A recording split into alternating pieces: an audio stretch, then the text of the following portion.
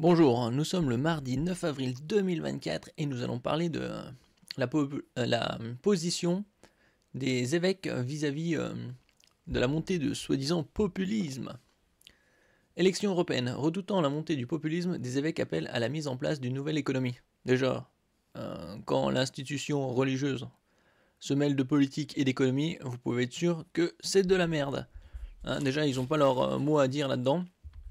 Tout comme pour avec le ou la Covid, ce genre de bullshit planétaire qui a eu lieu il y a quelques années et qui va revenir sûrement d'ici là, où le vaccin est un acte d'amour. Picousez-vous, c'est un acte d'amour. Déjà là, vous êtes sûr que c'est un ramassis de débiles, tous ces gens-là. Alors, que les évêques appellent à la mise en place d'une nouvelle économie, c'est risible. Là, c'est depuis des siècles, l'Église et les autres institutions religieuses, typiquement abrahamiques, sont des sangsues de l'humanité.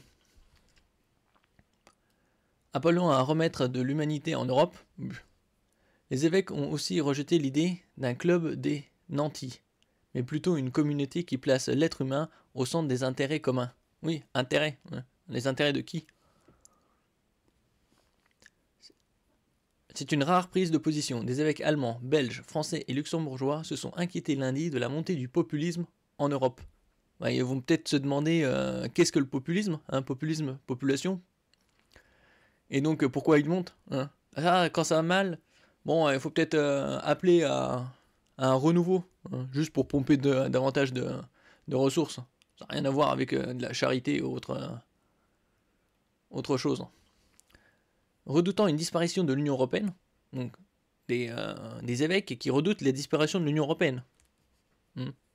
Ils devraient plutôt s'inquiéter de la disparition des paroissiens, parce que les églises sont très vides.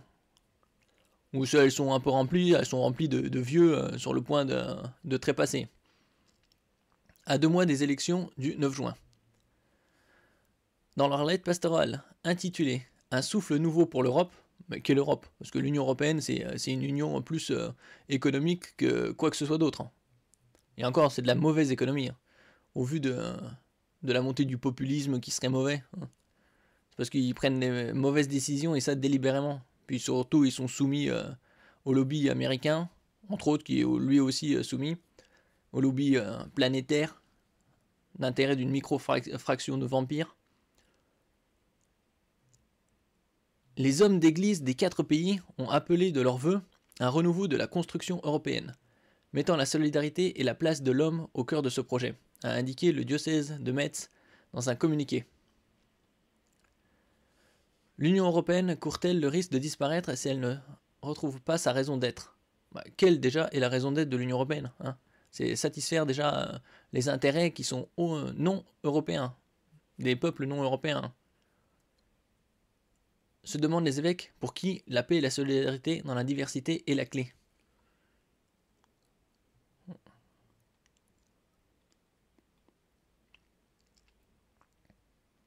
Ils ont notamment constaté que l'UE peut être considérée par les Européens comme un carcan normatif dirigé par des technocrates sans âme chargés de mettre en œuvre des principes susceptibles de permettre de vivre ensemble, mais ne se préoccupant pas des vrais problèmes des citoyens. Déjà l'Union Européenne, au commencement, ça a déjà plus de 60 ans. Et donc ça fait déjà 2-3 générations, plus proche de 3 générations, que cela existe pour en arriver à quel point. Moins d'industrie, soi-disant plus de services, plus de chômage et une baisse du niveau de vie. Il y en a qui s'appellent ça du pouvoir d'achat. Moi, j'aime pas ce terme de pouvoir d'achat, ça fait passer les gens pour... ils veulent acheter des trucs. Non, c'est un niveau de vie convenable qui est important. Ce qui paralyse aujourd'hui le vivre ensemble européen, c'est la crainte de la perte de contrôle des nations sur leur destin. Destin, destinée, destination, c'est lié. Donc si on laisse ça aux mains de Bruxelles qui décide pour les autres tous les autres pays, évidemment qu'on perd le contrôle, puisque le contrôle est ailleurs. Une crainte qui provoque le repli sur soi et la tension avec les autres. Rien à voir avec le repli sur soi.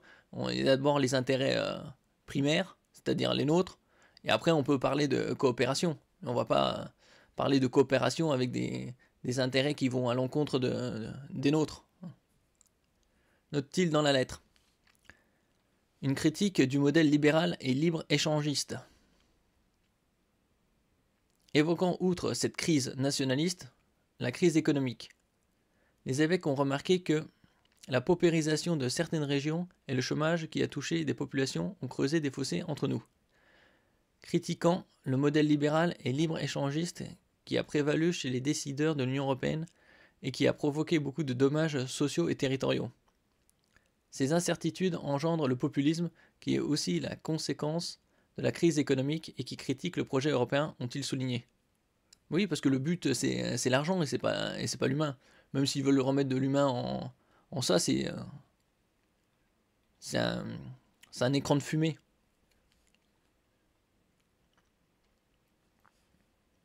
Appelant à remettre de l'humanité en Europe, oui, enfin, quelle humanité? Les évêques ont aussi rejeté l'idée d'un club de nantis, mais plutôt une communauté qui place l'être humain au centre des intérêts communs. Ils ont également appelé à croire très fort à l'avenir de l'Europe. Elle a été un train de lutte pour qui triomphe le bien, et il triomphera si nous sont concernés par les institutions que nous voulons lui donner et par les engagements que nous sommes disposés à prendre. Selon les signataires, la mise en place d'une nouvelle économie, non pas fondée sur le profit, mais une économie sociale, social économie,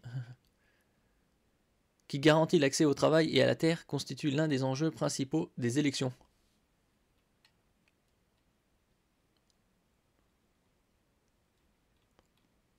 Bon, déjà, il devrait plutôt s'occuper de la foi, que plutôt de politique ou d'économie. C'est parce que c'est la base. Et vous en pensez quoi? Vous pensez que c'est une bonne chose que ces évêques appellent à la mise en place d'une nouvelle économie, à chaque fois que l'Église ou les institutions religieuses, peu importe lesquelles, se mêlent de politique et d'économie, c'est juste pour mieux entuber la masse. Merci pour votre écoute. N'oubliez pas de mettre un j'aime, un commentaire, de partager et de vous abonner à la chaîne. À la prochaine fois.